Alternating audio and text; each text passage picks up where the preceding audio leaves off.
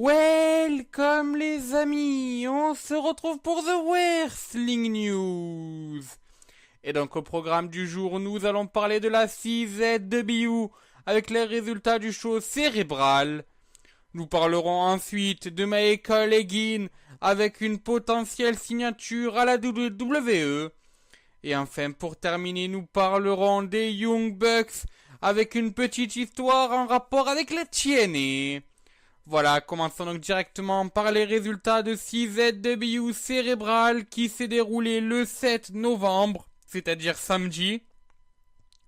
Et donc le choix commence avec Joey Janela qui a défendu son titre CZW Wyatt TV Championship en battant Joe Gacy.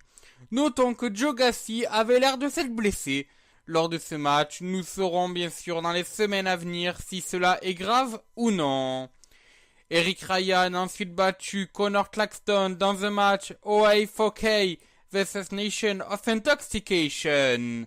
C'est une victoire de la franchise de Ohio. Ensuite, Time Dunce a battu David Starr. Ça permet bien sûr à l'ancien CZW Wyatt Champion de se ressaisir après sa défaite de son titre lors du dernier show contre Joey Janela. Alex Colon bat quant à lui Denny Havoc avec une nouvelle victoire pour le clan de l'Ohio sur la Nation of Intoxication. Ensuite, Aaron Williams a défendu son titre de la Rockstar Pro Championship en battant Dave Christ. Le match de base devait avoir lieu entre Lucky 13 et Dave Christ. Mais Lucky 13 a dû donc déclarer forfait suite à une blessure. C'est ainsi Aaron Williams qui l'a remplacé et la CZW lui a donné l'autorisation de défendre son titre d'une fédération amie. Ensuite, dans un death match, Matt Tremont et Gigi Hyde se sont battus jusqu'à un double KO après un coup de béton. Notons quand même que Matt Tremont annonce à Gigi Hyde qu'il le défie dans un Square Circle of Sacrifice match pour le prochain show qui aura lieu le 21 novembre.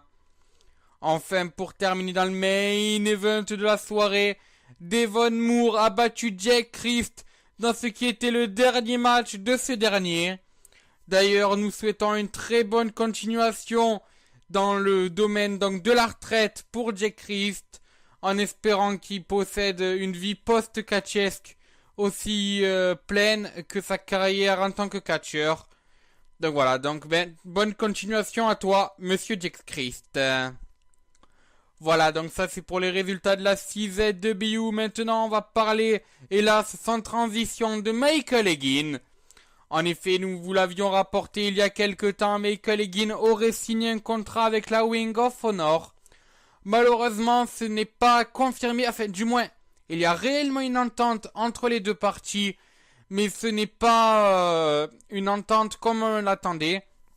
En effet, l'attente qu'il y a est donc ce qu'on appelle dans le jargon catchesque un open contract, c'est-à-dire que donc le lutteur est relié à la Ring of Honor pour certaines apparitions, bien sûr en contrepartie d'une aide financière, mais n'est pas lié à cette fédération indéfiniment.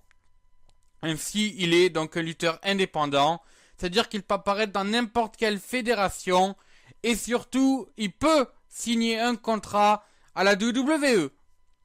Cela paraît très intéressant quand on sait que ce dernier a tapé dans l'œil de Vince McMahon et compagnie il y a déjà quelques temps, et qu'ainsi il est suivi de près par les hommes donc du Performance Center.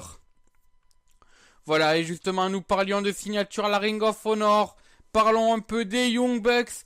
Comme vous le savez, ça fut annoncé donc par eux-mêmes sur Twitter, puis par la Ring of Honor, et enfin par encore eux-mêmes sur la chaîne YouTube de la Ring of Honor. Les Young Bucks, Matt et Nick Jackson se retrouvent liés sous contrat avec la Ring of Honor.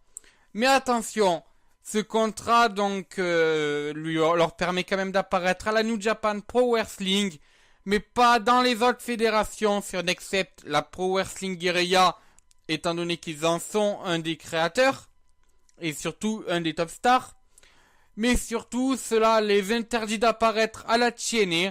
Alors en soi, rien d'étonnant quand on sait que les deux parties n'étaient pas en réelle discussion. Mais ce qui est encore plus choquant, c'est de savoir que la TNA voulait recruter les Young Bucks juste avant que ces derniers signent avec la Ring of Honor.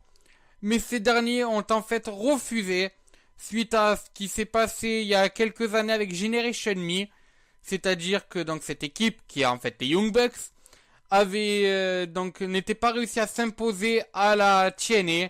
Et donc ainsi ils ont préféré rester à la Ring of Honor et donc signer un contrat à la Ring of Honor au lieu de prendre le risque d'un nouveau flop du côté de la TNA. Voilà, c'est sur ce donc que se termine cette émission. Demain vous retrouverez Sioni Jean qui vous parlera des résultats de SmackDown et de Sasha Banks. Voilà, sur ce moi je vous dis à ciao, bonsoir les amis.